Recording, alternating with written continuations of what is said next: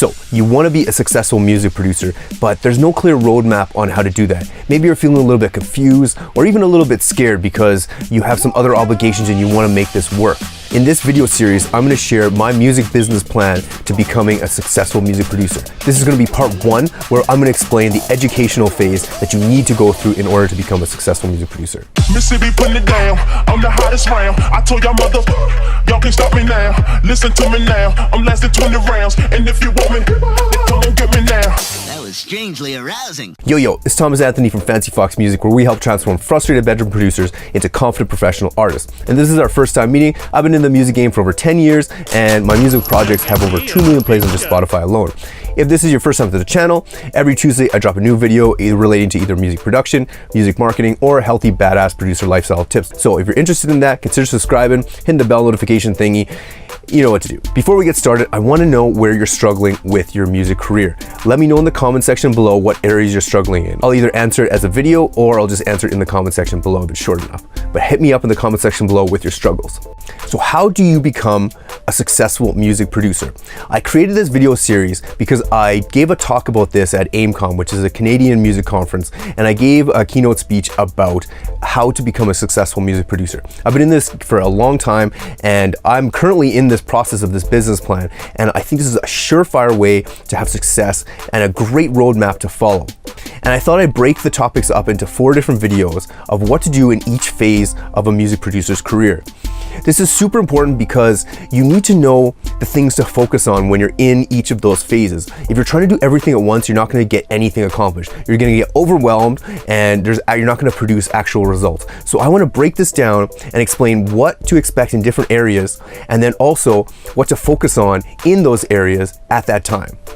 Today, we're going to be talking about the first phase, which is the education phase. I see a lot of producers in this phase right now, and they want to do all the other stuff in these other phases. They need to focus on these main things in this phase. Now let's get into it. So what is the first phase? First phase is the education phase. You need to spend time learning your craft. This is super duper important. You should not be worrying about things like social media, trying to get show gigs, trying to do collaborations. You need to focus on making your own music and making it sound really, really, really good. This is the number one thing you're going to focus on. In all of these things that I'm going to talk about, the number one thing that's going to get you the furthest ahead is your music. So that needs to take priority over everything else. I love this analogy of like a business school analogy. After you finish high school, if you've gone to university and you just started in business school, you wouldn't, the first day of classes, you wouldn't be like, oh my God, I need a logo, I gotta find a business, I gotta need a team of people that I'm gonna work with. That just sounds fucking crazy. You would definitely never do that. You'd go to class, you'd experiment, you'd see what kind of things that you like, you'd see which business opportunities you wanna do.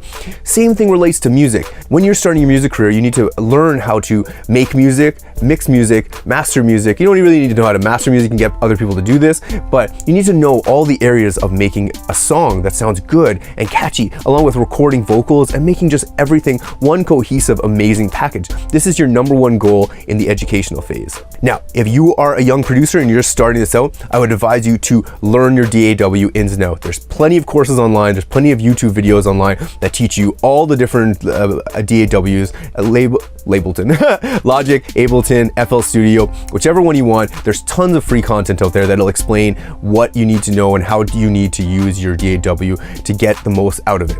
Learn that shit first. Next up, I would suggest trying to make 2 songs from every genre. I would start with the ones that you really like. So if you like making electro house, start by making 2 songs in electro house. If you like making dubstep, start with that. But then once you finish that, I would try and push myself to make more songs in those different genres. Now, I know what you're thinking. You're probably like, but I like future bass and I only want to make future bass forever. In the educational phase, you want, just like you take a bunch of courses at university, you want to experience all the different things so that you can get ideas from all these different things and you can build up your musical abilities. So by practicing making different genres of music, you're going to take notes and you're going to be learning different things that you can incorporate to make your original project super duper unique and badass. So this is imperative. Next up, another thing that I would suggest that I didn't start till like halfway through my career, but what I would suggest is buying a notebook and writing down every little production technique that you learn. everything that you learn, just write that shit down, because you're not going to remember how to compress drums in the beginning. There's going to be ratios. Write all that shit down, so you just have a little notebook that'll fill up over the years, and it'll be your little production tool and manual that you can use personally anytime you want to make music. I would also suggest you get another book that you write down the lessons that you've learned. So how to make songs more interesting, different little techniques that you can learn along the way, just things that are working, things that aren't working, and also different processes for things. So how to do things faster. So if you can do things in a particular order, write that shit down so that the next time you don't have to think about it again. You can just look in your book and you have that order of things. Next thing you need to know as a music producer in your educational phase: music theory. You need to know some music theory. You need to at least know what the key of a track is, what notes are in that key, what chords are in that key, and start practicing some chord progressions. These are the fundamental basics. You need to know these things. If you don't know these things, you can't be a music producer. You need to know some music theory.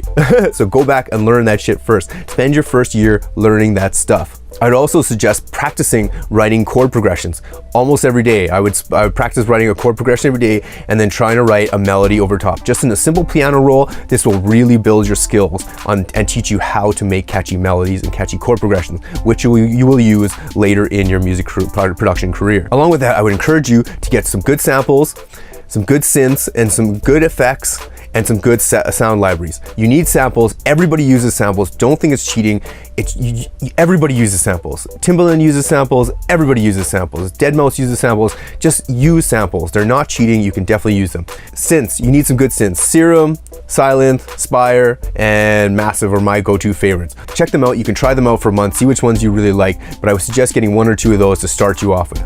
Then move on to getting some sound libraries. So go buy some sound banks. You don't need to recreate every sound from scratch. If you wanted a sandwich, you wouldn't go out and make the cheese, make the bread, get the meat and cut it up. You just go buy the things and put it together. You don't need to recreate every single instrument or every single sound. So think about that when you're making your music. Also, I would suggest you get some good effects too. So there's lots of good effects built into your DAWs, but you can also go get some external effects. Waves has some great ones along with Soundtoys, but that's something further in your music production career that you don't really have to worry about right now. But just start thinking about collecting some of those things. Along with all the stuff that I've talked about, you should be practicing. Within the first year, along with doing 2 songs from every genre, I would try to put some deliberate practice time in. So setting a specific amount of time every day or 5 days a week that you can deliberately practice making songs. This isn't going to be easy. It's going to be super difficult. It's going to hurt your brain a little bit, but it's very, very useful. Recreating songs. I would suggest committing to a certain amount of time, like 5 days a week. If you take 5 hours every week and do this for a whole year, that's 260 hours. You can get a lot accomplished and learn a lot in 260 hours.